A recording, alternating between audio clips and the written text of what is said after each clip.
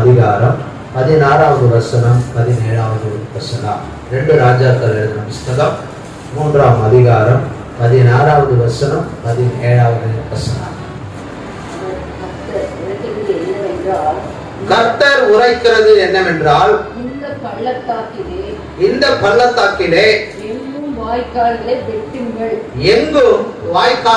வெட்டுங்கள். நீங்கள் காற்றையும் காண மாட்டீர்கள், மழையும் காண மாட்டீர்கள். ஆனாலும் நீங்களும் உங்கள் ஆடு மாடுகளும் உங்கள் மிருக ஜீவன்களும் குடிக்கும்படிக்கு இந்த பள்ளத்தாக்கு தண்ணீரால் நிரப்பப்படும், இந்த பள்ளத்தாக்கு தண்ணீரால் நிரப்பப்படும் என்று கர்த்தர் சொல்லுகிறார். அல்லேலூயா, அல்லேலூயா. கர்த்தர் சொல்லுகிற வாக்குத்தத்தம் இந்த மாதத்திலே கர்த்தர் நமக்கு சொல்லுகிறது, நீ காற்றையும் காண மாட்டாய், மழையும் காண மாட்டாய், ஆனா ஒரு வாய்க்கால்களை கர்த்தர் நிரப்புவார். அல்லேலூயா. அறிகுறிகள் இருக்காது, நம்ம பார்க்கிற அளவுக்கு அறிகுறிகள் இருக்கு. அதுக்கேற்ற அறிகுறிகள், அதுக்கேற்ற சைன், அதுக்கேற்ற செயல்பாடுகள் எல்லாம் காணப்படாது. ஆனா கர்த்தர் அற்புதம் செய்யும். அல்லேலூயா. ஆண்டவர் செய்கிற மிகப்பெரிய காரியமே அப்படிதான். மனுஷன் நம்ம தான் யோசிப்போம், இந்த வழியில நடக்கும், அந்த வழியில் நடக்கும், இப்படி நடந்துரும், அப்படி நடந்துரும், இப்படிதான் நடக்கும். பலருடைய வாழ்க்கையில நடந்திருக்கு, பலருடைய அனுபவத்தில் நடந்திருக்கு. ஏன் உங்க அனுபவத்துல கூட நடந்திருக்கும்.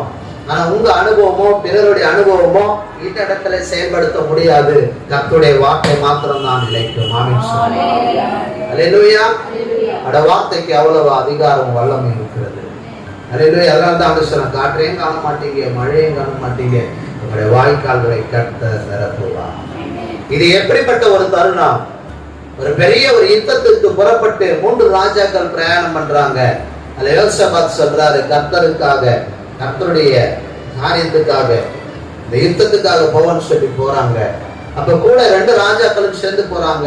பிரயாணப்பட்டு போகும்பொழுது தான் போகிறது சரிதானா, சரியான நேரத்துல சரியான வழியில தான் போறோமா அப்படின்ற ஒரு சந்தேகமா இருக்கலாம். ஒருவேளை அந்த அந்த அறிகுறிகளை நாம் கண்டு கொள்ளணும்னு சொல்லி அவன் முக்கியமா என்ன தேடுறான் அப்படின்னா, கர்த்தருடைய வார்த்தை இங்க இருக்குமா, இங்க கர்த்தருடைய மனுஷர்கள் இருப்பார்களா, கர்த்தருடைய வார்த்தையை கேட்டு மீண்டும் நம்ம இந்த காரியத்தை பின்தொடர்ந்து செல்லலாமா? ஏன் அப்படின்னா நம்முடைய மிருக ஜீவன்கள், அவங்க கொண்டு போற அந்த மிருக ஜீவன்களுக்கெல்லாம் என்ன இல்ல, தண்ணி இல்லை. அப்ப என்ன பண்றது ஒண்ணும் புரியல. 11வது வசனம், 3ஆம் அதிகாரம் 11வது வசனம். அப்பொழுது யோசபாத், நாம் கர்த்தரிடத்தில் விசாரிக்கும்படி கர்த்தருடைய தீர்க்கதரிசி ஒருவரும் இங்கே இல்லையா என்று கேட்டதற்கு, எலியாவின் கைகளுக்கு தண்ணீர் வார்த்த சாபாத்தின் குமாரனாகிய எலிசா இங்கே இருக்கிறான் என்று இஸ்ரவேல் ராஜாவின் ஊழியக்காரரில் ஒருவன் மறுமொழியாக சொன்னான். அங்க ஒரு கேள்வி கேட்கப்படுகிறது, இங்க யாராவது ஊழியக்காரங்க இருக்கிறாங்களா கர்த்தருடைய வார்த்தையை தெரிந்து கொள்றதுக்கு, கர்த்தருடைய வார்த்தை என்ன புரிந்து கொள்றதுக்கு? அப்ப அங்க இருக்கிற ஒரு வேலையாட்கள் சொல்லுகிறான், இங்க ஒரு ஊழியக்காரர் இருக்கிறார், அவரை இடத்துல போகலாம் அப்படின்னு சொல்லும் பொழுது அவரை தேடி இவர்கள் எல்லாம் போறாங்க. அங்கதான் இந்த 3ஆம் அதிகாரம் இந்த 16, 17 வசனம் இந்த இடத்துல சொல்லுகிறது, கர்த்தர் உரைக்கிறது என்னவென்றால், இந்த பள்ளத்தாக்கிலே எங்கும் வாய்க்கால்களை வெட்டுங்கள். அப்ப அங்க இருக்கிற ராஜாவுக்கு ஒரு கட்டளை கொடுக்கிறாரு, அப்ப இங்க இருக்கிற அந்த பள்ளத்தாக்கு முழுவதும் நீங்க என்ன பண்ணுங்க, வாய்க்கால்களை வெட்டுங்க, ஆங்காங்கே நீங்க பள்ளங்களை நோண்டுங்க, ஆங்காங்கே வாய்க்கால்களை நீங்க ரெடி பண்ணுங்க. ஆனா அதுக்கேற்ற மழையோ, அதுக்கேற்ற மேகத்தையோ, அதுக்கேற்ற சூழ்நிலையோ, காற்றையோ எதிர்பார்க்க மாட்டீங்க. ஆனா ஒன்றை மட்டும் புரிஞ்சுக்கீங்க, கர்த்தருடைய வார்த்தையை தேடி வந்த நீங்க கர்த்தருடைய வார்த்தைக்கு கீழ்ப்படிந்து நடப்பீங்க அப்படின்னா கர்த்தர் தாம் சொன்னபடியே அவர் செய்வார். எத்தனை பேர் ஆமென் சொல்லுங்க? அல்லேலூயா. சொல்கிறதை செய்கிற, பக்கத்துல சொல்லுங்க, சொல்கிறதை செய்கிற. என்ன சொல்றாரோ வாழ்க்கையில தேவன் என்ன சொல்லுகிறாரோ, ஆண்டவர் உங்க வாழ்க்கையில என்ன சொன்னாரோ, என்ன உங்களுக்கு காண்பித்தாரோ, என்ன சொப்பனம் கொடுத்தாரோ, என்ன தரிசனம் கொடுத்தாரோ, என்ன தீர்க்க தரிசனம் சொன்ன, என்ன வாக்குத்தத்தம் கொடுத்தாரோ, என்ன காரியங்கள் உங்களுக்கு வெளிப்படுத்தினாரோ, இருதயத்துல பேசியிருப்பார், தூங்கும்போது பேசியிருப்பார், வசனத்துல பேசியிருப்பார். நடக்கும் போது பேசியிருப்பார், படுக்கும் பொழுது பேசியிருப்பார். சும்மா அமர்ந்து நாம அப்படியே ஏதோ ஒரு சிந்தனை இருக்கும்போது கர்த்தருடைய வார்த்தை வரும். இப்படி ஏதோ ஒரு விதத்துல கர்த்தர் நம்மோடு கூட பேசுவார். ஆமென் சொல்லுவோம். அல்லேலூயா. அப்ப அந்த வார்த்தைக்கு நாம் கீழ்ப்படிந்து, அந்த வார்த்தையிலே நாம் கீழ்ப்படிந்து செயல்படும் பொழுது அந்த வார்த்தையில் இருக்கிற தேவ வல்லமை நாம் பார்க்கும்படியே கர்த்தர் செய்வார். அல்லேலூயா. மீகா 7:15 சொல்லுது, உன்னை அதிசயங்களை உன்னை அதிசயங்களை காண பண்ணுவேன். ஆண்டவர் சொன்னபடியே அதிசயங்களை செய்வார், அற்புதங்களை செய்வார், ஆச்சரியமான காரியங்களை ஏற்படுத்த அவர் வல்லமுள்ள தேவனாயிருக்கிறார். எத்தனை பேர் ஆமென் சொல்ல முடியும்? அல்லேலூயா. நீங்க ஆமென் சொல்லணும்னா யாபேஸ் ஆமென் சொல்லுங்க. பாருங்க, சத்தம் வந்துட்டே இருக்கு, எக்ஸைட்மெண்ட் வந்துட்டே இருக்கு. அல்லேலூயா. ஆண்டவருடைய வார்த்தைக்கு வல்லமை இருக்கிறது. நீங்க ஒன்றை மட்டும் புரிஞ்சுக்கணும், நீங்க வைத்திருக்கிற இந்த வேதம், உங்க கையில இருக்கிற இந்த வேத புஸ்தகம், அதுல அவ்வளவு வல்லமை நிறைந்த ஒரு வார்த்தை. இது மனுஷோட வார்த்தை, கர்த்தருடைய வார்த்தை. இந்த வார்த்தைக்கு அதிகாரம் இருக்கு, இந்த வார்த்தைக்கு வல்லமை இருக்கு. அதனாலதான் யோசபாத் ராஜா சொல்றாரு, இவ்வளவு தூரம் நம்ம கடந்து வந்துட்டோம், இவ்வளவு பிரச்சனை, இவ்வளவு சூழ்நிலை அபத்தமா இருக்கு, நம்ம என்ன செய்ய தெரியல. இப்ப கர்த்தருடைய வார்த்தை இருக்குதா? இங்க யாராவது தீர்க்கதரிசி இருக்கிறாங்களா? ஏன் அப்படின்னா பழைய ஏற்பாட்டுல தீர்க்கதரிசி மூலமா தான் கர்த்தர் பேசினார். தீர்க்கதரிசி மூலமா தான் கர்த்தர் தன்னுடைய வெளிப்பாடுகளை கொடுத்தார். எல்லா இடத்திலும் பாத்தீங்கன்னா ஏதோ ஒரு தீர்க்கதரிசி இன்னைக்கு வச்சிருக்கிறார். ஆனா ஒன்று, தேவன் உங்களையே தீர்க்கதரிசியா தேவன் மாற்றி இருக்கிறார். சொல்ல முடியும். அல்லேலூயா. அல்லேலூயா. யோவேல் எழுதின புஸ்தகம் 2வது அதிகாரத்துல வாசிச்சு பாப்பீங்கன்னா அதுல சொல்லப்பட்டது, மாம்சமான யாவர் மேலும் என் ஆவியை ஊற்றுவேன். யாவர் மேலும் நீங்க விசுவாசிப்பீங்கன்னா உங்க மேல கர்த்தருடைய ஆவியானவர் நிரப்புவார். அப்போஸ்தலர் 1:5-8 சொல்லப்படுகிறது, பரிசுத்த ஆவியானவர் உங்களிடத்தில் வரும்பொழுது நீங்கள் பலன் அடைந்து, நீங்கள் பலன் அடைகிற ஒரு பலத்தை தேவன் தருகிறார். ஆவியானவர் வரும்பொழுது, ஆவியானவர் உங்களை நிரப்பும் பொழுது உங்களுடைய பலவீனங்கள்லாம் நீங்கி போகும். என்று நாம் சொல்லணும். அல்லேலூயா. அப்ப ஆவியானவர் இன்றைக்கு உங்களுக்கு தெளிவாக திட்டமாக உங்க மேலேயே அவர் ஊற்றப்படுகிறார். இயேசு கிறிஸ்து ஞானஸ்தானம் எடுத்து மேலே எழுப்பி வரும்பொழுது பரிசுத்த ஆவியானவர் புறாவை போல என்ன பண்ணாரு? அவர் மேல வந்து இறங்கினார். எங்கெல்லாம் இயேசு கிறிஸ்து அற்புதம் செய்தாரோ அங்கெல்லாம் ஆவியானவருடைய கிரியை பார்க்கலாம். இன்னைக்கு நான் சொல்றேன், இன்றைக்கு உங்களுடைய செயல்பாடுகளை பரிசுத்த ஆவியானவர் வெளிப்படுத்தும். அல்லேலூயா. நீங்க கர்த்தருடைய வார்த்தையை வாஞ்சிப்பீங்க அப்படின்னா, கர்த்தருடைய வார்த்தையை நீங்க தேடுவீங்க அப்படின்னா, அன்னைக்கு வேத புஸ்தகம் இல்ல, தீர்க்கதரிசியை தேடி போனாங்க. இன்னைக்கு அச்சடிக்கப்பட்டு புஸ்தகமாகவே உங்க கையில கொடுக்கப்பட்டிருக்கு. ஆனா வாசிக்க தான் நேரம் இல்லை, அதை புரட்டி பார்க்க தான் நேரம் இல்லை. எல்லாத்துக்கும் நேரம் இருக்கு, ஆனா கர்த்தருடைய வார்த்தையை வாசிக்க நேரம் இல்லை. அன்றைக்கு கர்த்தருடைய வார்த்தையை தேடும்படியாக ஒரு தீர்க்கதரிசி தேடினாங்க. ஒருவேளை நம்ம கையில இருந்த இந்த வேத புஸ்தகம் அன்னைக்கு யோசபாத்துடைய கையில இருந்திருந்தா அன்னைக்கு ஈஸியா அவர் என்ன பண்ணிருப்பாரு? வேத புஸ்தகத்தை ஆராய்ந்து பார்த்து நம்ம போகலாமா போக வேணாமான்னு சொல்லி அவருக்குள்ள இருந்த ஆவியானவர் பேசுறது அவர் புரிந்து கொண்டு செயல்பட்டிருப்பார். ஆனா அன்னைக்கு வேத புஸ்தகம் இல்ல, அவர் ஒரு தீர்க்கதரிசி தான் நாட வேண்டியிருந்தது. ஆனா இன்னைக்கு நம்ம கையில வேத புஸ்தகம் இருக்கு, ஆனாலும் நாம என்ன யாரை தேடுறோம்? தீர்க்கதரிசியை தேடுறோம். யாராவது நம்ம இந்த தலைமையில கையை வச்சா நல்லா இருக்குமே, எங்கேயாவது போல அங்க போய் நம்ம அபிஷேகத்தை பெற்றுக்கலாம், அதை பெற்றுக்கலாம், இதை பெற்றுக்கலாம். இல்ல, கர்த்தருடைய வார்த்தை உங்க கையில இருக்கு, கர்த்தர் உங்களோட இருக்கிறார். நீங்கள் விசுவாசிப்பீர்களானா உங்க மேல பரிசுத்த ஆவியானவர் இறங்கி வருவார். அல்லேலூயா. அல்லேலூயா. அல்லேலூயா. இந்த வார்த்தையை நம்புங்க, வார்த்தையை விசுவாசிங்க. காற்றையை காண மாட்டீங்க, மழையை காண மாட்டீங்க, உங்க வாய்க்கால்கள் நிரப்பப்படும். கர்த்தர் ஒரு நிறைவை இந்த மாதம் கொடுப்பார், ஒரு நிரப்புதலை தேவன் தருவார். உங்க குறைவுகளை எல்லாம் நீக்கிப்படுவார். வியாதியா இருக்கட்டும், மரணமா இருக்கட்டும், பொல்லாத பிசாசுடைய கட்டா இருக்கட்டும், எதுவா இருந்தாலும் அந்த குறைவுகளை நீக்கி தேவன் நிறைவை கட்டிடுவார். அல்லேலூயா. எல்லாவற்றையும் ஒரு நிறைவை தேவன் தருவார். அவர் வரும்பொழுதே அந்த இடம் நிரப்பப்படும். 120 பேர் ஜெபித்தார்கள். அப்போஸ்தலர் நடவடிக்கைகளை நம்ம வாசித்து பார்க்கும்போது 120 பேர் மேல் வீட்டு அறையில அமர்ந்து அவர்கள் ஜெபித்தார்கள். பரிசுத்த ஆவியானவர் ஊற்றப்பட்டார். அந்த இடமே அசைக்கப்பட்டது.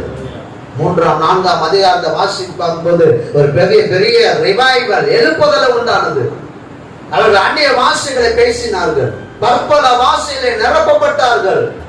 ஆவியானவர் அவங்க மேல ஊற்றப்படும் பொழுது அவர்கள் நிரப்பப்பட்டு ஆவியிலே நிரம்பினார்கள். அப்ப என்ன அர்த்தம்? ஒரு மனுஷனுடைய குறைவு நீங்க பரிசுத்த ஆவியானுடைய நிறைவு தேவை. ஆமென். ஹல்லேலூயா. அந்த நிறைவு உங்க மேல தேவன் தருகிறார். தாவீதை தெரிந்து கொண்டார். 16ஆம் அதிகாரத்தை நீங்க வாசிச்சு பார்த்தீங்கன்னா 1 சாமுவேல்ல தாவீது மேல என்ன பண்றாங்க? அபிஷேகத்தை ஊற்றி அவனை ராஜாவா தேர்ந்தெடுக்கிறார் சாமுவேல்.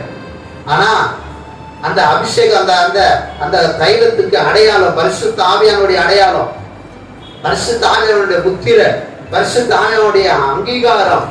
இன்னைக்கு நான் சொல்றேன், உங்கள் மேல ஒரு மனுஷன் வந்து எண்ணெயை ஊற்றி உங்களை அபிஷேகம் பண்ண வேண்டிய அவசியம் இல்லை. நீங்க கூப்பிட்ட ஆவியானவரே உங்களை அபிஷேகம் பண்ணுவாங்க. அல்லேலூயா. அப்ப உங்க குறைவுகளை தேவன் நிறைவாய் மாற்றுவார். ஆமென். வசனம் சொல்லுது 1 கொரிந்தியர் 13:10, பிலிப்பியர் 4:19, 1 கொரிந்தியர் 10:26. நிறைவானது வரும்பொழுது குறைவானது ஒழிந்து போகும். நிறைவானது வரும்பொழுது இங்க ஒரு குறைவு இருந்தது. யோசபாத்துக்கு என்ன பண்றது, என்ன செய்யறது, எப்படி செய்யலாம், ஒன்றும் புரியலையே, தண்ணி இல்லையே, சூழ்நிலை அபத்தமா இருக்கே, பணாந்தரமா இருக்கே, வெற்றி கிடைக்குமா, ஜெயம் கிடைக்குமா, சூழ்நிலை ஆசீர்வாதமாய் மாறுமா, ஒரு குறைவு. அந்த குறைவுக்கு கர்த்தருடைய வார்த்தையை தேடினாரு, ஒரு நிறைவை தேவன் கட்டளை. அல்லேலூயா. நான் சொல்ற நிறைவானது வரும்பொழுது குறைவானது ஒழிந்து போகும். நிறைவானது வரும்பொழுது குறைவானது ஒழிந்து போகும். அப்ப என்னென்ன குறைவு ஆனது இருக்குது நம்ம வாழ்க்கையில? ஒரு சில குறைவுகள் இருக்கு. அந்த குறைவு என்ன? முதல் குறைவு அறிவிலே குறைவு. கர்த்தரை அறிகிற அறிவிலே குறைவு நமக்கு இருக்கு. வேதத்தை அறிகிற அறிவிலே குறைவு, ஜெபத்துல குறைவு. அந்த தேவன் கொடுக்கிற அந்த அறிவில் நமக்கு குறைவுள்ளவர்களா இருக்கிறோம். நீங்க கொரிந்தியர்ல வாசிச்சு பார்த்தீங்கன்னா ஆண்டவர் அவர் கொடுக்கிற வரங்கள்ல ஒண்ணு அறிவை உணர்த்தும் வசனத்தின் வரம், ஞானத்தை உணர்த்தும் வசனத்தின் வரம். அப்ப அந்த அறிவு என்று சொல்லுகிற அந்த ஆவியானவர் உங்களுக்கு அறிவை தருகிறார். என்ன கவனிங்க. அப்ப அறிவு ரொம்ப முக்கியம். வாசிங்க இந்த வசனத்தை, 1 கொரிந்தியர் 13:9. நம்முடைய அறிவு குறைவுள்ளது, நாம் தீர்க்க தரிசனம் சொல்லுதலும் குறைவுள்ளது. நம்முடைய அறிவு குறைவுள்ளது வசனம் சொல்லுகிறது. மனுஷனுடைய அறிவு உண்மையாகவே குறைவுள்ளதுதான். நீங்க சயின்டிஸ்ட் எல்லாம் பாத்தீங்கன்னா அவங்க எந்த அளவுக்கு தன்னுடைய மூளைய பிரெயினை யூஸ் பண்ணாங்கன்னா 40% 60% யூஸ் பண்ணதே ரொம்ப பெரிய விஞ்ஞானிகள், மிகப்பெரிய ஞானிகள் எல்லாம் யூஸ் பண்ணாங்க. 60% தான் யூஸ் பண்ணியிருக்கிறாங்க, அதுக்கு மேல யூஸ் பண்ணல. நம்ம எவ்வளவு யூஸ் பண்ணியிருப்போம் யோசிச்சு பாருங்க. சில நேரத்தில் நம்ம 10% 10% கூட நம்ப மாட்டோம். சில பேர் எதுக்கு அதை யூஸ் பண்ணணும், அது அப்படியே இருக்கட்டும். கர்த்தர் கொடுத்ததை நம்ம என்ன செய்ய வேணாம், எந்த டேமேஜும் பண்ண வேணாம், அதை அப்படியே பாதுகாத்து வச்சுப்போம். அதனாலதான் நான் சில பேர் திருப்பி சொல்லுவாங்க, மூளை இல்லாத பையன், மூளை இல்லாத பார்த்துருக்கீங்களா? ஏன்னா அவனுக்கு அறிவே கிடையாது. ஏன்னா அவனுடைய செயல்பாடுகள்ல யோசிக்கிறதுல ஒண்ணு செயல்படுறது இல்லை. நான் சொல்றேன், கர்த்தருடைய வார்த்தை சொல்லுகிறது, மனுஷன் குறைவுள்ளவன், அவன் அறிவிலே குறைவுள்ளவன் தான். அவன் அறிவிலே ஞானி கிடையாது, அவன் குறைவுள்ளவன் தான். ஆனா அந்த குறைவை நிறைவாய் மாற்ற தேவனால முடியும். அதனாலதான் ஆண்டவர் சொல்றாரு, வசனத்திலே அறிவை தேவன் வைத்திருக்கிறார், வசனத்திலே தம்முடைய ஆவியை வைத்திருக்கிறார். இந்த வசனத்திலே நாம் படிக்கும் பொழுது, வசனத்தை தியானிக்கும் பொழுது, இந்த வசனத்துக்குள்ள இருக்கிற அறிவு ஒரு மனுஷனுக்கு போதுமானதா இருக்கு. இன்னைக்கு டாக்டர், சயின்டிஸ்ட் நிறைய பேர் ஒத்துக்கிறாங்க பைபிள் சொல்றது ஒண்ணு. அதுல இப்ப என்னைக்கோ எழுதப்பட்டிருக்கு, இன்னைக்கு நாம ஒத்துக்கிறோம். பல காரியங்களை நம்ம அக்செப்ட் பண்றோம், பல காரியங்களை ஏற்றுக்கொள்றோம். ஞானிகள், சயின்டிஸ்ட் எல்லாரும் ஒற்றுக்கொள்றாங்க. பைபிள்ல அன்னைக்கே சொல்லப்பட்டிருக்குது. ஆனா இன்னைக்குதான் விஞ்ஞானிகள் எல்லாம் கண்டுபிடிச்சு கொடுக்குறாங்க. மனுஷனுடைய அறிவிக்கும் கர்த்தருடைய அறிவிக்கும் பல வித்தியாசம் இருக்கு. அல்லேலூயா. நம்ம அறிவு குறைவுள்ளவர்கள், ஆனா கர்த்தரிடத்துல கேட்டா கர்த்தர் உங்களுக்கு அறிவை தருவார். அல்லேலூயா. அறிவுல ரொம்ப முக்கியமான அறிவு என்ன தெரியுமா? கர்த்தரை அறிகிற அறிவு ரொம்ப முக்கியம். பக்கத்துல சொல்லுங்க, கர்த்தரை அறிகிற ரொம்ப முக்கியம். அதுதான் வாலிபர் பிள்ளைகள்லாம் சொல்லுவோம், நீதிமொழிகளை படிங்க, நீதிமொழிகளை படிங்க. நீதிமொழிகள்ல தான் புத்தி, ஞானம், அறிவு, ஞானம் எல்லாமே இந்த நீதிமொழிகள் 31 அதிகாரம். அந்த 31 அதிகாரத்தை ஒவ்வொரு அதிகாரம் ஒரு நாளைக்கு வாசிச்சா கூட அதுல சொல்லப்பட்டிருக்கிற அந்த அறிவு, ஞானம், புத்தி எப்படிப்பட்டதா இருக்கு, அது யாரு கொடுக்குறான், அது எப்படி விளங்கும், அது எப்படி செயல்படும், அது எப்படியாய் காணப்படும். அறிவு என்பது இந்த உலகத்தை குறித்தும் வெளிப்படையாய் காணப்படுகிற காரியத்துல நாம் பெற்றுக்கொள்வது.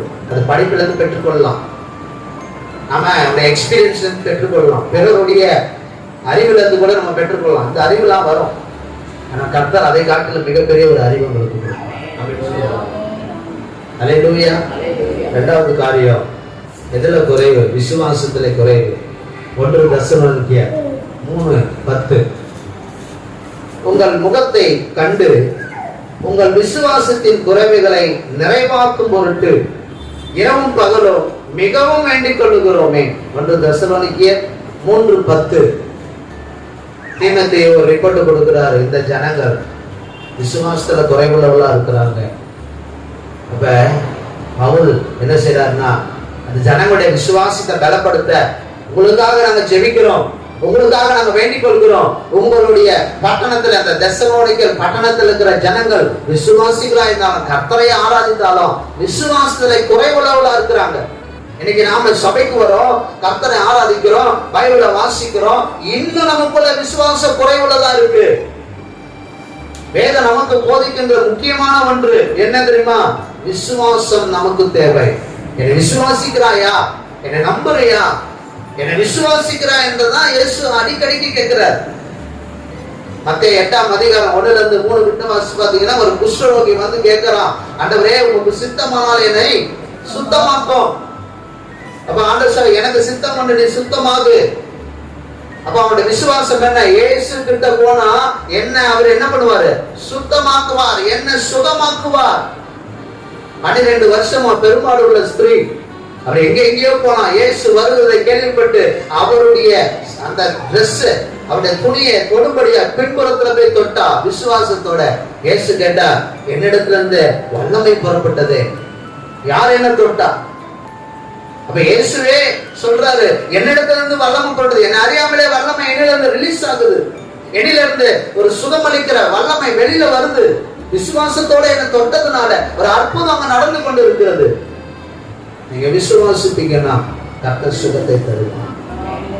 அல்லேலூயா, அல்லேலூயா. ஆண்டவர் சுகமளிக்கிற தேவன், அற்புதங்களை செய்கிறவர்.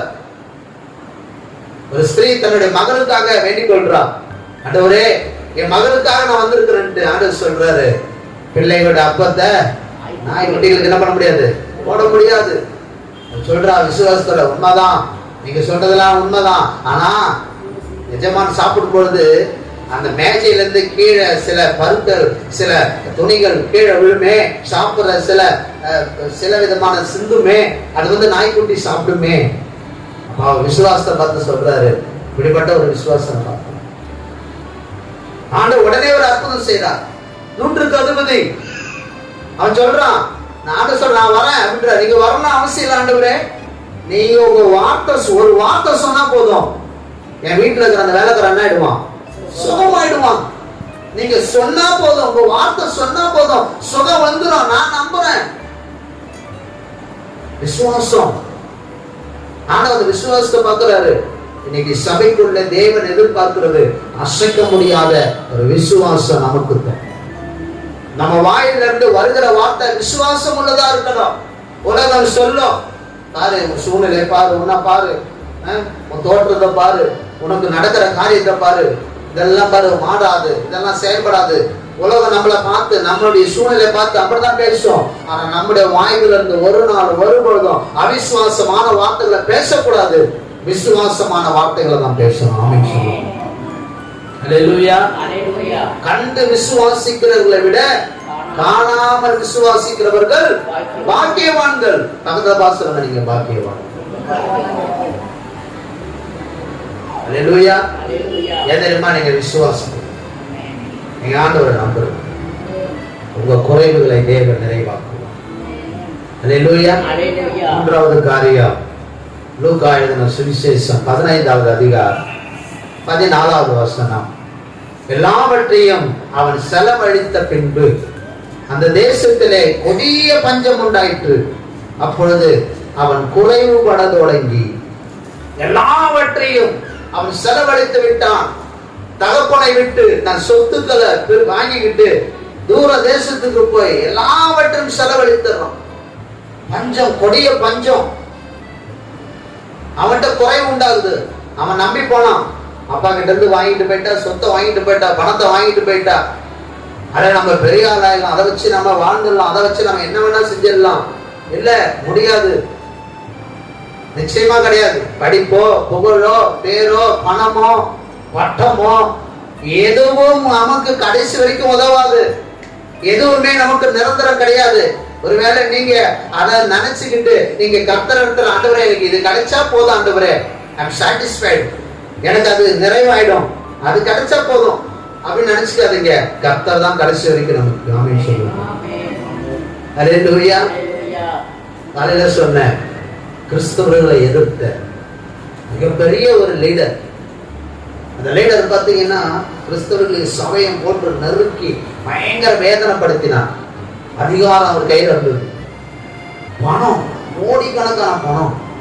அவர் நினைச்சாரு, நம்ம என்ன வேணா செய்யலாம், ஏது வேணா பண்ணலாம், என்கிட்ட அதிகாரம் இருக்குது, பணம் இருக்குது, என்னை சுற்றி அத்தனை ஆட்கள் இருக்கிறாங்க, எனக்கு அவ்வளவு தொண்டர்கள் இருக்கிறாங்க. ரொம்ப பலமா இருந்தாரு. ஆனா ஒரு நாள் படுத்த படுக்கையா மாறினார். படுத்த படுக்கையில மாறின போது அவர் கூட இருந்த கூட்டம் விலக ஆரம்பிச்சது. அவருடைய பதவி அவர் விட்டு போனது. அவரால் பேச முடியல. என்ன உடனே அவர் கூட இருந்த அந்த டீம் ஒர்க் எல்லாம் சிதறடிக்கப்பட்டது. அவர் தனிமையாக்கப்பட்டார். தனிமையில இருந்தார். அவருடைய வாய் முழுவதும் அந்த உதடு அப்படி மேல தூக்கி பார்த்து அவ்வளவு புழுக்கள், உடல் முழுவதும் புழு. அவர் பேச முடியல. எப்ப எனக்கு மரணம் வரும்? அவர் சொல்றாரு, இந்த உலகத்துல எதுவுமே நிரந்தரம் கிடையாது. இருக்கிற நாள்ல யாரையும் பறிச்சிடாதீங்க, யாருக்கு விரோதமா எதுவும் செஞ்சிடாதீங்க, எதுவுமே நிரந்தரம் கிடையாது. ஒரு கோடீஸ்வரன், அதிகாரத்துல இருந்தவர், ஒரு கூட்டத்தோட இருந்த மனுஷன் பரிதாபமாக இறந்து போனான். தேவ பிள்ளையே, நம்ம கிட்ட இருக்கிறத வச்சு நாம எதை வேணா செஞ்சிடான்னு யோசிக்காதீங்க. கர்த்தர் இருந்தா எதை வேணா செய்யலாம். அல்லேலூயா. அல்லேலூயா. உங்களுடைய குறைவு, எதுல குறைபடுறீங்களோ அந்த குறைவுல இருந்து தேவன் நிறைவாய் மாற்றுவார். நான்காவது காரியம், யாக்கோபு 1:5. யாக்கோபு எழுதின புஸ்தகம் 1ஆம் அதிகாரம் 5வது வசனம். உங்களில் ஒருவன் ஞானத்தில் குறைவுள்ளவனாயிருந்தால் யாவருக்கும் சம்பூரணமாய் கொடுக்கிறவரும் ஒருவரையும் கடிந்து கொள்ளாதவருமாகிய தேவனிடத்தில் கேட்க கடவன், அப்பொழுது அவனுக்கு கொடுக்கப்படும். அல்லேலூயா. ஞானத்தை கொடுக்கிறவர் யாரு? என்ன கவனிங்க. ஞானத்தை கொடுக்கிறது யாரு? கர்த்தர். உங்க பிள்ளைங்களுக்கு ஞானம் வேணுமா? கர்த்தரிடத்தில் தான் பெற்றுக்கொள்ள முடியும். ஞானத்தை நீங்க எந்த இடத்துலயும் விலை குத்து வாங்க முடியாது, எங்க படிச்சும் வாங்க முடியாது. ஞானம் என்பது கர்த்தர் கொடுக்கிறது. விஸ்டம். அல்லேலூயா. அது கர்த்தர் மட்டும் தான் கொடுக்க முடியும். இந்த ஞானம், இந்த பைபிள்ல ஞானம் நிறைந்த ஒரு மனுஷன் அப்படின்னா சாலமோன் தான். அவர் கேட்ட ஒரு ஜெபம், ஆண்டவரே எனக்கு இந்த அதிகாரத்தை கொடுக்குறீங்க, உம்முடைய ஜனத்தை வழி நடத்த எனக்கு ஞானத்தை கொடுங்க ஆண்டவரே. வேற எதையும் கேட்கல. பணம் கொடுங்க, பொருள் கொடுங்க, அதிகாரத்தை கொடுங்க, எனக்கு அதை கொடுங்க, இதை கொடுங்க, நான் என்ன செய்வேன், அதை எதுவுமே கேட்கல. ஞானத்தை கொடுங்க ஆண்டவரே. சாலமோன் கேட்ட ஒரே ஜெபம். ஆண்டவர் சொன்னாரு, நீ கேட்ட ஞானத்தையும் தருவேன், நீ கேளாத ஐஸ்வர்யத்தையும் உனக்கு நான் தருவேன். ஆமென் சொல்லுங்க. ஒருவேளை அவன் ஐஸ்வர்யத்தை கேட்ட ஐஸ்வர்யத்தை மட்டும் தான் கொடுத்திருப்பார். ஆனா அவனுடைய ஞானம் பாருங்க, கர்த்தரிடத்துல டைரக்டா எதை கேட்கணுமோ அதை கேட்கலாம். நாம இன்னைக்கு கேட்க வேண்டிய ஒன்று, கர்த்தரிடத்துல ஞானத்தை கேட்கணும். நமக்கு என்ன குறைவு இருக்கு? ஞானத்துல குறைவுள்ளவா இருந்தா இந்த சம்பூர்ணமாய் கொடுக்கிறவர், ஒருவரையும் கடிந்து கொள்ளாதவருமாகிய இயேசுவினிடத்தில் கேட்க கடவன், அப்பொழுது அவனுக்கு கொடுக்கப்படும். உங்களுக்கு தேவன் கொடுப்பார், ஞானத்தை கொடுப்பார். என்ன சூழ்நிலையில, என்ன சமயத்துல எப்படி பேசணும், எப்படி பழகணும், எப்படி இருக்கணும், என்ன முடிவு எடுக்கணும், என்ன டிசிஷன் எடுக்கணும், எப்படி காரியங்களை நகர்த்தணும், கர்த்தர் ஞானத்தை தருவார்.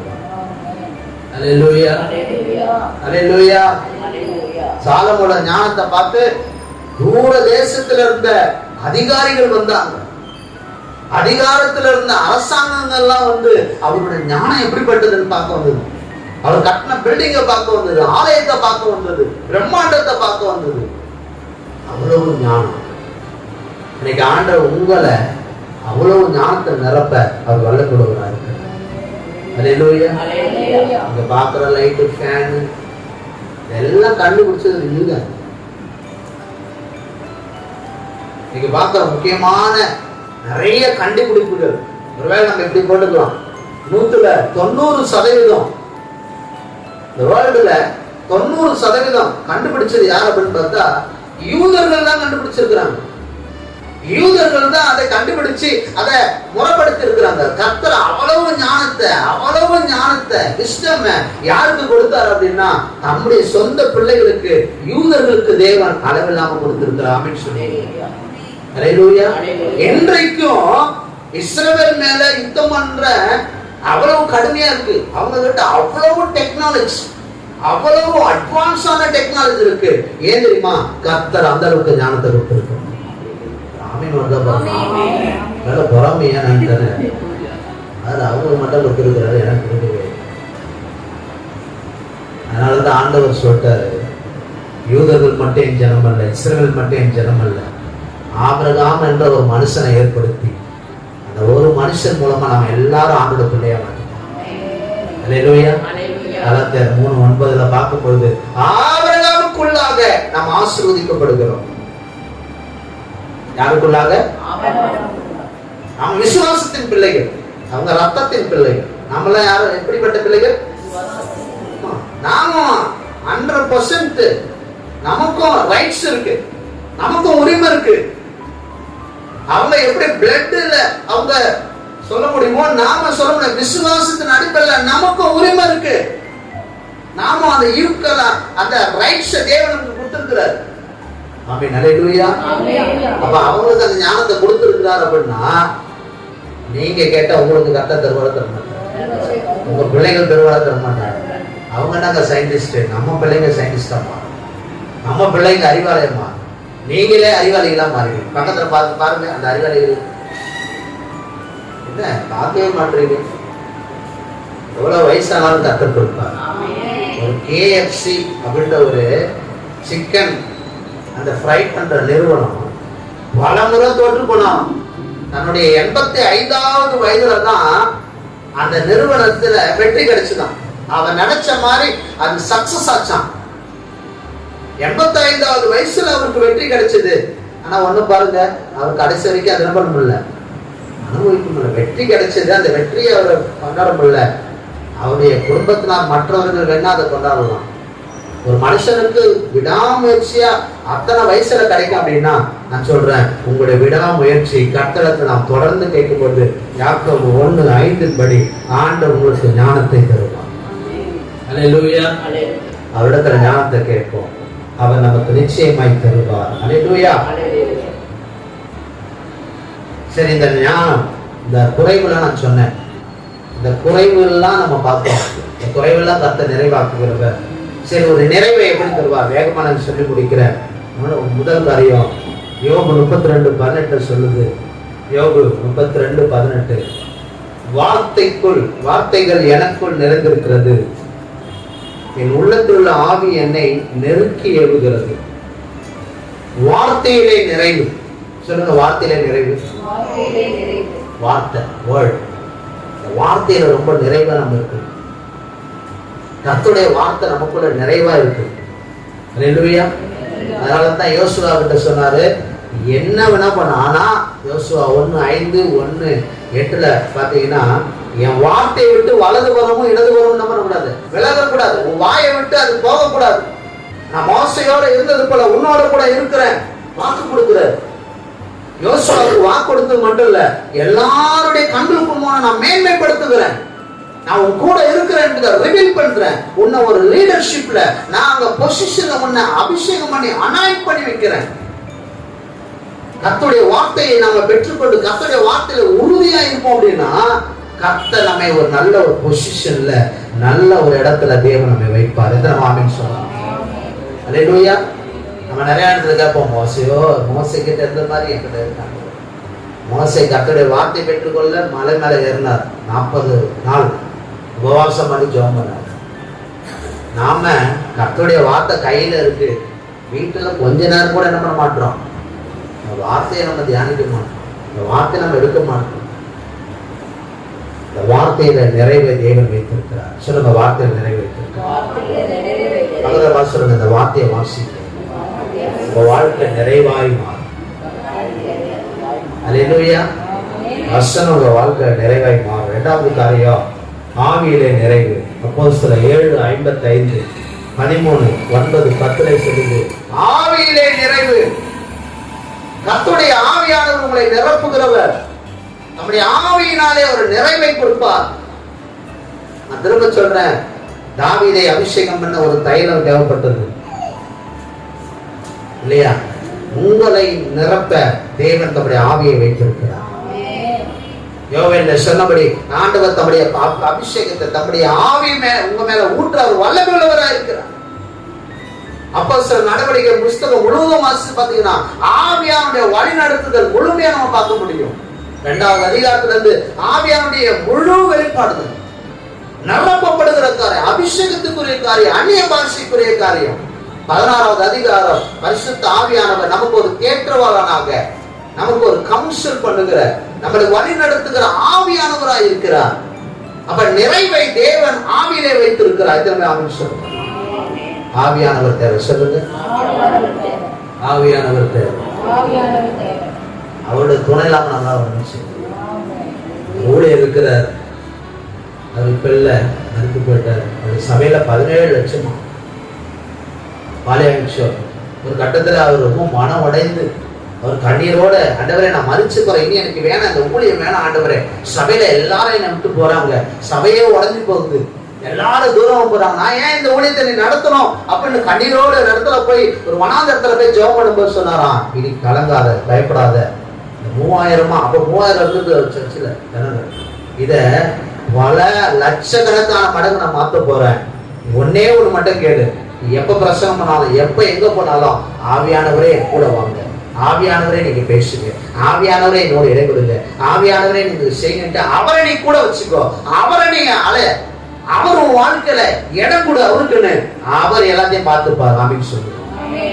அவருடைய வாழ்க்கையில மிகப்பெரிய ரிவைவல் வந்ததுக்கு, ஊழியத்துல ரிவைவல் வந்ததுக்கு முக்கிய காரணம் தெரியுமா? பரிசுத்த ஆவியானவர். அப்ப அவருக்குள்ள ஒரு குறைவு இருக்கு, அந்த குறைவை நிறைவாக்க ஆவியானவர் தேவைப்பட்டது. இன்னைக்கு உங்க வாழ்க்கையில தேவன் தன்னுடைய ஆவியை தர கொடுக்கும். அதனால சொல்லுங்க, ஆவியானவரை கேளுங்க, எல்லா சூழ்நிலையும் கேளுங்க, ஆவியானவர் உங்களுக்கு உதவி செய்வார். 3ஆம் காரியம் சங்கீதம் 71:8 துதியிலே நிறைவு. சங்கீதம் 71:8 துதியிலே நிறைவு.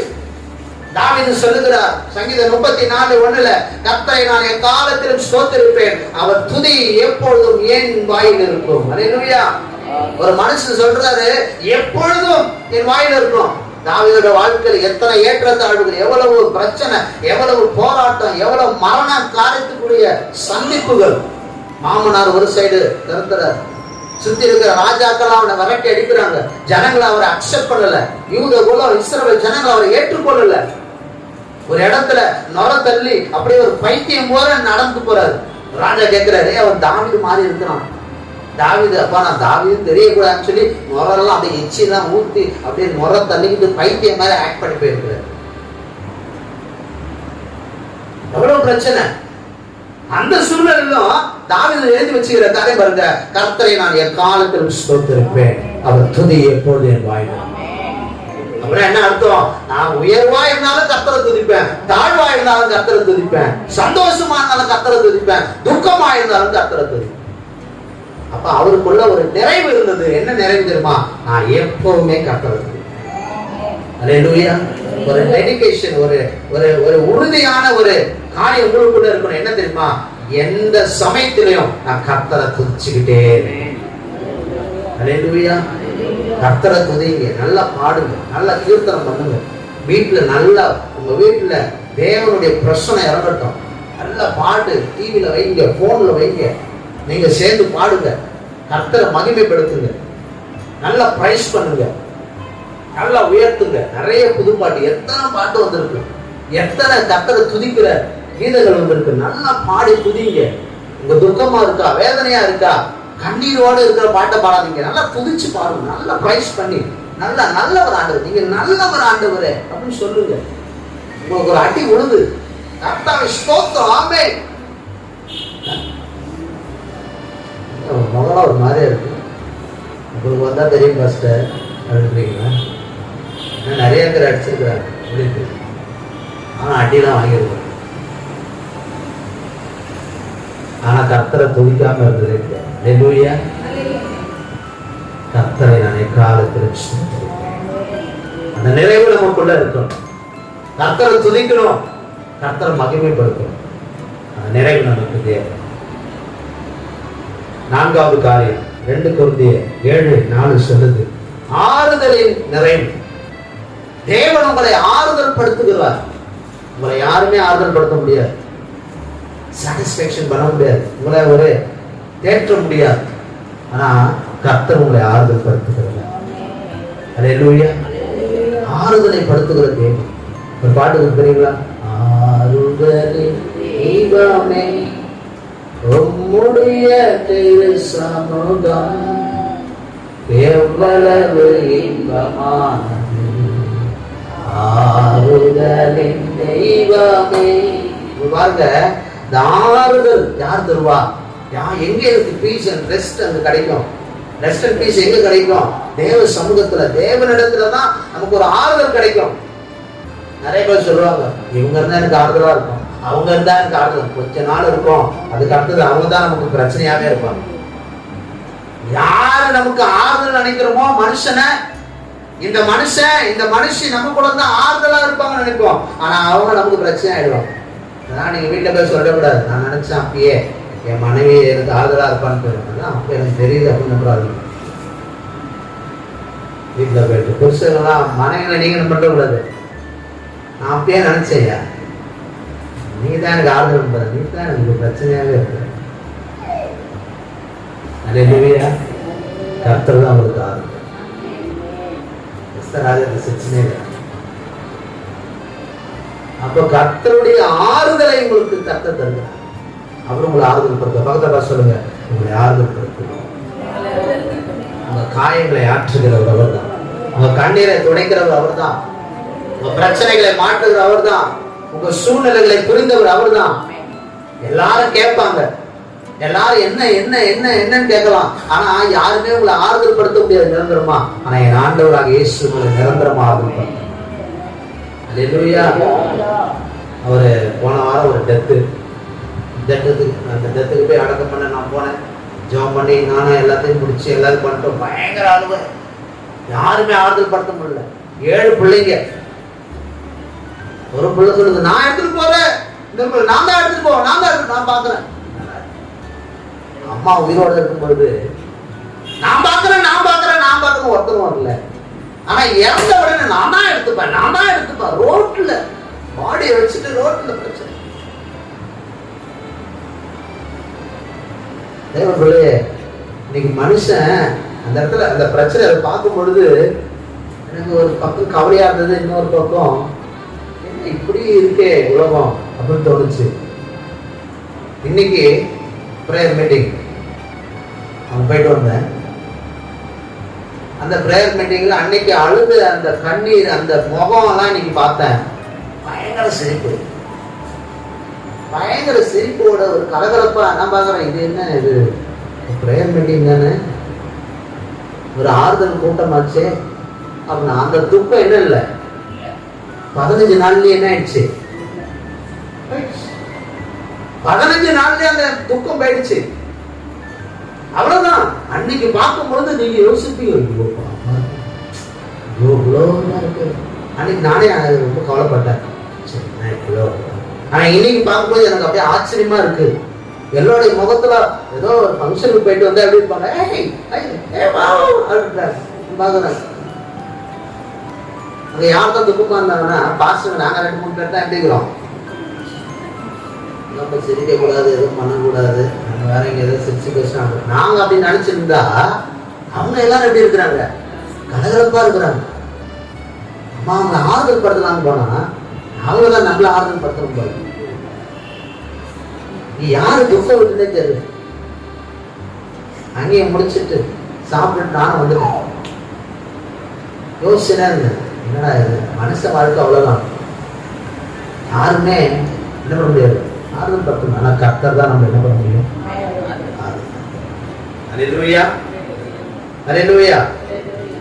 5வது காரியம் மத்தேயு 12:34, லூக்கா 6:45. மனுஷனுடைய இருதயத்துல இருக்கிற நல்ல பொக்கிஷத்திலிருந்து அந்த நிறைவுல இருந்து எடுத்து கொடுத்தோம். நீங்க லூக்கா 6:45 வாசிச்சு பாத்தீங்கன்னா, மத்தேயு 12:34 வாசிச்சீங்கன்னா இருதயத்துல என்ன நிரப்பப்படுதோ அதுதான் வாழ்க்கை. 2 வசனத்தை பார்க்கும்போது நம்முடைய இருதயம் ஒரு நல்ல பொக்கிஷம். நம்ம சரீரத்திலேயே ரொம்ப முக்கியமான ஒரு உறுப்பு அப்படின்னா என்னதான் சொல்லுங்க, இருதயம் தான். அது நின்று போச்சுன்னா முடிஞ்சிருச்சு. ரொம்ப முக்கியமான ஒரு உறுப்பு இருதயம். அந்த இருதயம் அதுல ஒரு நிறைவை தேவன் தரார். நல்ல பொக்கிஷசாலைன்றாரு. அப்ப அந்த இருதயத்துல என்ன நிரம்பி இருக்கோ அதுதான் உங்க வாயில பேசும். சில பேர் சொல்றாங்க, விளையாட்டுக்கு பேசிட்டேங்க, ஏதோ நான் பேசுறேன். இல்ல, அதெல்லாம் கிடையாது. உள்ளத்துல என்ன இருக்கோ அதுதான் வெளில வரும். இந்த ரியாலிட்டி என்ன அப்படின்னா மனசுக்குள்ள இருக்கிறதா வெளில வரும். சும்மா எல்லாம் பேச முடியாது. என்ன அங்க ஃபுல்லா இருக்கோ அதுதான் நிரம்பும். நீங்க அங்க கெட்ட காரியங்களை வச்சா கெட்ட காரியங்கள் நிரம்பும், நல்ல காரியங்களை வச்சா நல்ல காரியங்கள் நிரம்பும். அப்ப நீங்க எதை வைத்திருக்கிறீங்களோ அதுதான் நிரம்பும். அதனாலதான் நீங்க நீதிமொழிகளை பாத்தீங்கன்னா உங்க இருதயத்தை நீங்க பாதுகாக்கணும், உங்க இருதயத்தை நீங்க பேணிக் கொள்ளணும். நிறைய இடத்துல இருதயத்தை குறித்து சொல்லப்பட்டிருக்கோம். இந்த இருதயம் ரொம்ப முக்கியமான ஒரு பகுதி. இதுக்குள்ளே கர்த்தர் இருக்க வேண்டும். ஆமென் சொல்லுவாங்க. ஒரு ஊழியர் இருந்தா நல்ல ஜெபராஜ் அப்படின்ட்டு, அவருக்கு சொல்லிட்டாங்க, உங்க இருதயம் பழுதடைஞ்சிருச்சு, உங்க இருதயத்தை மாத்தணும், அதுக்கு வேண்டிய ட்ரீட்மெண்ட் எல்லாமே எடுத்து எல்லாமே செயல்படுத்திருந்தாங்க. இத்தனாம் தேதிக்குள்ள இதை டிரான்ஸ்ஃபர் பண்ணணும், அதை மாத்திடலாம் அப்படின்ட்டு. ஆனா இவரு ஒரு ஜெபம் பண்ண, ஆண்டவர் உமக்காக ஊழியம் செய்யறேன், உம்முடைய ஊழியத்தை செய்கிறேன்னா என் இருதயத்தை உம்முடைய கருத்தை கொடுக்குறேன், எந்த கத்தி எதுவும் வரக்கூடாது, நீங்க தான்பா அப்படின்னு சொல்லிட்டு போயிட்டாரு. அது என்னைக்கு மாத்திரமோ அன்னைக்கு போய் அவர் டெஸ்ட் பண்ணும் பொழுது டாக்டர் கேட்டாரா, நான் தான் உங்களுக்கு இருதயத்தை மாத்திரன்றேன், அதனாட்டி வேற எங்கேயும் இருதயத்தை மாத்திட்டீங்களே. அப்ப என்ன இருக்கு உள்ள? புது இருதயத்தை ஆண்டவர் பிக்ஸ் பண்ணி வச்சிருக்காரு அப்படின்னு சொல்லுவாங்க. ஹல்லேலூயா. மனுஷன் இருதயத்தை மாற்றினா கர்த்தர் மாற்ற அவர் வல்லமை. மனுஷன் ஆபரேஷன் பண்ணி பல தோல்விகள் உண்டு. என் குடும்பத்துல, என்னுடைய சகோதர குடும்பத்துல 28 நாள் இருதயம் மாற்றப்பட்டு இருந்தார். 29வது நாள் 28வது நாள் மறித்துட்டார். அவ்வளவுதான். மனுஷனுடைய கெப்பாசிட்டி, மனுஷனுடைய அறிவு, மனுஷன் கொடுக்கக்கூடிய சூழ்நிலை அவ்வளவுதான். டெக்னாலஜி அவ்வளவுதான், அவங்களுக்கு இருக்கிற அந்த அறிவு திறமை அவ்வளவுதான். ஆனா கர்த்தர் அப்படி கிடையாது. அவர் என்னைக்குமே தோல்வி அடைஞ்சதே கிடையாது. ஆமென் சொல்லுங்க. என் ஆண்டவர் ஒரு காரியத்தை தொட்டு அவர் தோல்வி அடைஞ்சிட்டாரு, கிடையவே கிடையாது. உங்க இருதயத்துல கர்த்தரோட வார்த்தை வைங்க, உங்க வாழ்க்கை நிறைவாகி மாறிடும். அது அந்த பொக்கிஷத்துல தேவனுடைய வார்த்தையை வைங்க, தேவனுடைய வார்த்தை எழுதுங்க, உங்க இருதயமாகிய பலகைகளை எழுதுங்க, உங்க இருதயமாகிய பலகைகளை எழுதி வைங்க. ஒவ்வொரு நாள் ஒரு வசனத்தை உங்க இருதயத்துல எழுதி வைங்க, மனப்பாடம் பண்ணுங்க. அந்த வார்த்தை ஏற்ற நேரத்துல அது உங்களுக்கு கொடுக்கிற ஒரு கனியை போல இருக்கும். சுகத்தை கொடுக்கிற, அற்புதம் செய்கிற வல்லமை நிறைந்ததாக காணப்படும். உங்க இருதயத்துல இருக்கணும். கையில வேத புஸ்தகம் இருக்கு உண்மைதான், ஆனா அதை காட்டிலும் உங்க இருதயத்துல கர்த்தருடைய வார்த்தை இருக்கும். அல்லேலூயா, அல்லேலூயா. அப்ப இந்த நிறைவு எங்கிருந்து வருகிறது? கர்த்தர் கொடுக்கிறது. ஆமென். நான் சொன்ன குறைவு எத்தனை குறைவுன்னு சொன்னேன் அப்படின்னா, அறிவிலே குறைவு, விசுவாசத்திலே குறைவு, தகப்பனை விட்டு தூரமாய் போகும் பொழுது குறைவு, ஞானத்திலே குறைவு. அதே மாதிரி நிறைவு பற்றி சொல்வது வார்த்தையிலே நிறைவு, ஆவியிலே நிறைவு, துதியிலே நிறைவு, ஆறுதலிலே நிறைவு, இருதயத்திலே நிறைவு. அல்லேலூயா. கர்த்தருடைய வார்த்தையை தேடும் பொழுது உங்கள் குறைவுகளை கர்த்தர் நிறைவாய் மாற்றுவார். எல்லாரும் எழுந்திருப்போமா? ஆண்டவருக்கு நன்றி செலுத்துவோம், ஆண்டவரை மகிமைப்படுத்துவோம், அவருடைய நாமத்தை உயர்த்துவோம். ஹல்லேலூயா.